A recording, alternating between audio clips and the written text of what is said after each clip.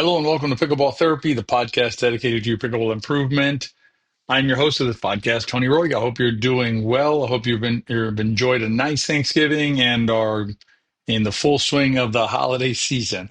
I know things get kind of hectic and crazy during this time of year, but whatever your situation is, whoever you're spending it with, however you're spending it, I hope you have a fantastic time. This is actually an interesting episode this week. Sometimes this happens in production. It looks like this episode was recorded and uploaded to our platform in 2024, but it never got published. It never got the let's push this out. So we're gonna go back in time and release it now. I think it's a good concept about climbing mountains. I know I wrote a piece about it that had some good feedback back in the day. So I think you'll enjoy the concept here. It's about just our journeys as pickleball players. You can also apply it to anything else in your life. Before we dive into the podcast, quick update on the book. The Kindle edition of the book has been resolved, so that the issues that we're having with the Kindle upload are resolved, so that the Kindle is ready to rock and roll. It's a if you're waiting for a Kindle, it's there. So make sure you go to Amazon and get it. If you have read the book or read the book in the future and have a minute to review it on Amazon, it's very appreciated. It's the type of thing that you can do in a few minutes, but it makes a big difference to the book and its reach out there with other players and helps other players. And then if you're interested in a camp, we have some spots available for our camps coming up in January. We scheduled a women's only camp in January. That one has several spots left. So if you're interested in a women's only camp, sign up for that one in January. If February or another month are better for you, or you want to go out to Arizona and have CJ Johnson coach you up, we have spots there as well. And you can go to betterpickleball.com and find that information there. Anyway, with that said, I hope you enjoy this podcast that had sort of slipped through the cracks. I think you'll really like it. And I will see you next time for another episode of Pickleball Therapy. Be well. Hello and welcome to Pickleball Therapy, the podcast dedicated to your pickleball improvement. I am your host, Tony Roy. I am a full-time pickleball coach as well as a senior professional pickleball player. In this episode of Pickleball Therapy, we're going to be focusing on the progress path. In other words, on your progress journey. So if you're into progress, pay attention to this podcast. You're going to really benefit from thinking about your improvement journey along the methodology that we're going to cover in this episode.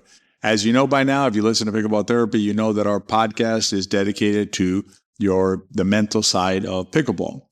But I wanted to take a moment here to talk about that because the mental side of pickleball doesn't limit itself to simply pickleball.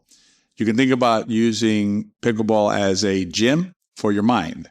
What I mean by that is that these concepts that you learn inside of your pickleball mental journey, right, through the Pickleball Therapy podcast, will apply to your pickleball game, but they also apply well beyond your pickleball game. In other words, you'll be able to apply them in many other aspects of your life.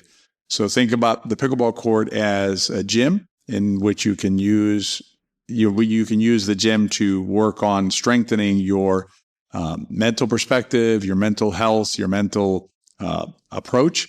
And then when you step out into the quote unquote real world, you can apply those same principles there. So there's a lot more benefit to spending time on the mental part of your game, well beyond the four lines on the outside of the court, right? So well beyond the court is the benefit of your mental training. As I mentioned, today we're going to be focusing on your progress journey, right? On your improvement journey. And we're going to be talking about mountains and mountain climbing. So I think you're really going to like this framing of the journey of a pickleball player as they seek to improve. Before we jump into the podcast, if you're interested in improving, one of the first things that you need to think about is reducing errors in your game, right? If you want to play better, then reducing errors in your game is the key. Pickleball is not a game about learning how to hit zingers or winners and, ESPN highlight reel shots. That is not how pickleball games are won and lost. The way they're won and lost is through errors. Error accumulation on one side or the other side is usually the deciding factor in a pickleball game. And so if you want to learn how to reduce the unforced errors in your game, check out our course inside the Pickleball Academy. It'll give you some really good tips on how to reduce the unforced errors in your game. Think about pickleball a little bit differently. and figure out how to get those pesky errors down in your game. I'll put a link down in the description, and you can join us for that class inside the academy. All right, let's jump into this idea of mountain climbing as a good analogy / metaphor for the pickleball improvement journey. So let's think about what it means to try and climb a mountain. When you face a mountain, right, you're standing next to a mountain. It doesn't have to be, Mount Everest. It can be any kind of an obstacle in front of you. It could be a foothill, or sort of kind of a short mountain with an easy slope and easy climb, or maybe a really steep climb like a Mount Everest. So you have the different types of mountains, right? But anytime we're facing a mountain, we know that we are going to be we're going to have some level of struggle, right? In other words, the mountain is going to create some sort of, at least, even a small slope will create some struggle, meaning that our heart rate will go up, we'll sweat a little more. It's going to be a little bit harder than if we were just walking on some flat terrain. So we need to be ready for for a hurdle, right? For a challenge that'll be presented to us. The extent of the challenge will depend on the type of mountain we're trying to climb. Again, some mountains, some struggle, not as great. Other mountains, a lot more struggle, a lot more preparation to be able to climb that mountain. As we move up the mountain, we expect that we're going to have some switchbacks, right? Some back and forth, right? It's not going to be a straight line.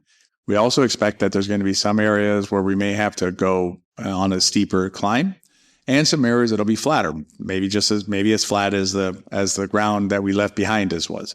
So we expect different types of terrain. There are times in our mountain climbing journey that we're going to be going, man, this is really hard, because we're going up pretty steep incline. And other times that we're just walking straight, catching our breath and relaxing a little bit. And again, it's not a straight line, right? It's not like, okay, I'm here, top of the mountain's there, I'm going to go straight. Sometimes we have to go to the left. Sometimes we have to go to the right. Sometimes we have to find a better way to get up. If you think about your pickleball improvement, your pickleball progress, it's the same. Right? There are times along that path on a specific mountain. I want to be clear. So on a specific mountain, let's say you're working on your third shot, right? Let's go ahead and dive into one of the harder shots for most players. The third shot drop. There are times when you're going to be working on that shot that it's going to seem impossible. It's going to seem like, I just can't get this, right? That's when you're standing on that kind of sheer cliff and you're trying to find another way around, or you're trying to find, a path that might be easier to get up. There are other times that you're going to be going like, man, I got this thing dialed in. I'm fine, right? And that's when you're walking on the straight path. And then maybe the next week you backslide a little bit with it and you go, okay, I still got to climb a little more, right? And then you get on a switchback and start going back, left and right up the mountain. The point is that, it's very normal when you're trying to improve as a player, when you're trying to make progress as a pickleball player, that you're going to run into different types of obstacles along the same part of your journey. In other words, you're on the same mountain, right? So you're working on the third shot drop. You're going to feel different at different times. So it's not like, it's perfectly normal to say, 1 week is harder than another week, and another week might be easier as you continue to work up that mountain. So expect that when you're going to improve, right? When you're going to say, you know what, I want to progress or improve in this area. First of all, expect that you're going to be challenged, right? If you're not going to be challenged, there's really no point to this, right? That's the point, is you're going to be challenged. Improvement requires some level of challenge and effort by you, right? So you're going to be challenged. The extent of the challenge will depend on a series of factors. It'll depend on, first of all, where you're coming from, right? Are you already a well-trained mountain climber? And what I mean by that is, let's say that you came from another racket sport, tennis, racquetball, something like that. You have a lot of experience with a racket or another type of paddle in your hand. Then if you're trying to learn a mechanical shot, for instance, probably you're going to see the mountain and go, you know what? I know how to climb that type of mountain. I've climbed that type of mountain before in my prior life. Even then, even with a tennis or a similar type of background, you may, if you're working on strategy, for instance, right, or the athletic pillar, which is what we're working on here with the mind, the difference in the mountain may not be as great relative to a non-racket sports background player. So you come up to it and you see about the same sort of challenge for you in that case, because strategy is strategy, right? Whether you come from tennis or you come from a non-tennis background. So expect the mountain challenge to depend on where you're coming from as well as what you're trying to accomplish. If you're trying to master the more difficult parts of pickleball, for instance, the movement through the transition zone on the serve side. So when you're playing on the serve team now, your team is serving. The getting from the baseline up to the non-volley zone line on that side of the court is the hardest part of pickleball. It's harder than anything else that we do in pickleball. And so if you're trying to master that, you got to expect the mountain is going to be massive. I mean, there you're at the Mount Everest of pickleball improvement. So if you're trying to improve in that area, understand what you're trying to overcome, what you're trying to mount, if you will, the mountain you're trying to climb. And perhaps that'll help you avoid some natural frustration that happens when we don't just zip up that mountain, right? We look up and we go, you know what? That's Mount Everest. That's going to take some time. That's going to take some planning. I might have to get some oxygen mask with me. I might need a Sherpa to help me. I mean, I got to go up this mountain, right? That's going to be, that's a big challenge. And so, understand the magnitude of the challenge that's before you. Let's go to the other extreme. Let's say you're just trying to figure out, like, you know what? I'm hitting too many serves into the net. I'm not saying it's easy. Okay. I'm not trying to tell you that's like an easy thing to fix for everybody, because it depends on where you come from. For some, it'll be a bigger challenge. But when you compare fixing serve, just subjectively, when you compare fixing a serve into the net problem with solving the how do I get from the baseline to the non-volley zone line on the serve side, those are very different magnitudes, right? So you can expect the mountain or the hill, perhaps, that you need to climb to fix your serves into the net to be a lower and less challenging. I want to be clear. I'm not saying it's not challenging. I'm just relative to the other one. It is objectively less challenging. So you have an expectation of the type of mountain you're going to climb. And as you're climbing the mountain, right, remember that there is beauty in the journey. There is beauty in the experience of climbing the mountain. In fact, that is why you climb a mountain, right? Is to have the experience of the climb and then the view from the top. Don't bypass don't overlook the experience of climbing the mountain. In other words, don't look ahead to, I want to get to the top and just see the view. Embrace, enjoy, breathe in the experience of climbing that mountain, because that is a big part of the journey.